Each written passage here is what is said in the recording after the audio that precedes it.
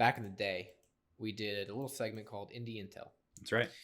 Where we just kind of talked about these little indie games, projects that we were following, that we're excited about, that we think look cool, from either indie studios or solo developers that we just want to touch on.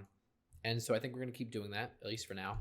We have a game today that we want to talk about. It's a little Kickstarter game called Haiku The Robot.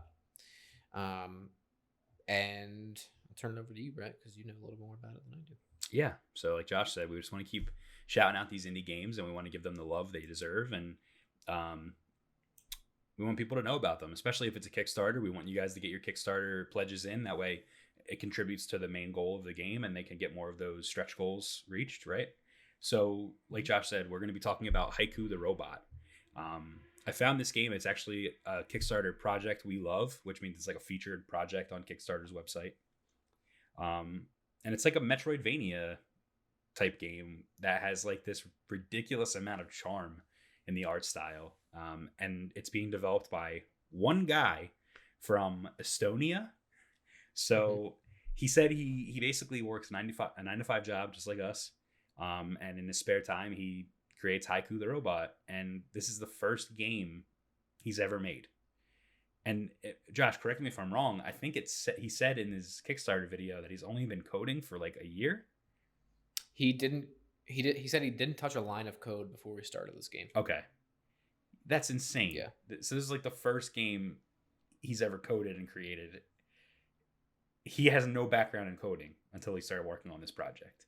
And I'll tell you what, based on the trailer that we watched, you couldn't tell. This game looks phenomenal. It's got a, like we said, it's Metroidvania, but it's got like a Mega Man feel to me with the little enemies that you fight. It's got big boss fights that look pretty sweet. And I think there's even a free demo that you could download right now to try out. So if anyone's watching this, we'll put the link down below. You guys can check out Haiku The Robot. Yeah.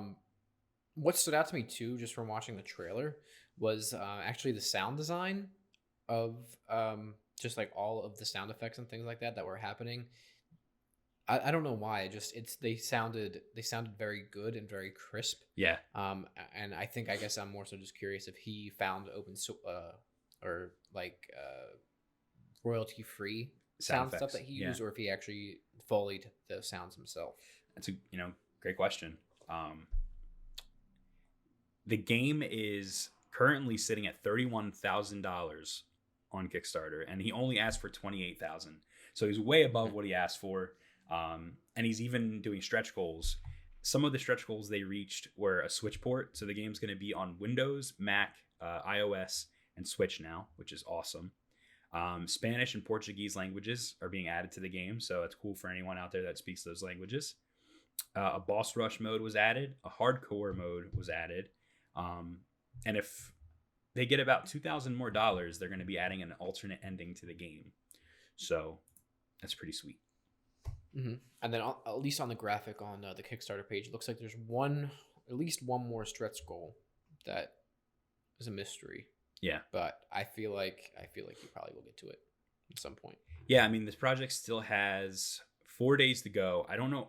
Ooh, now I'm nervous, Josh. I don't know if we're going to get this video out in 4 days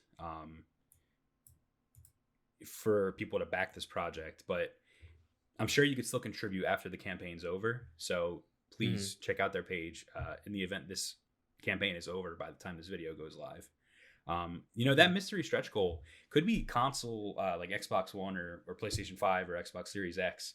Because he does talk about how, he wanted this to be on Steam first so he could test it out, make sure everything worked right. And then he would work on porting it over to the consoles like the Switch. So right.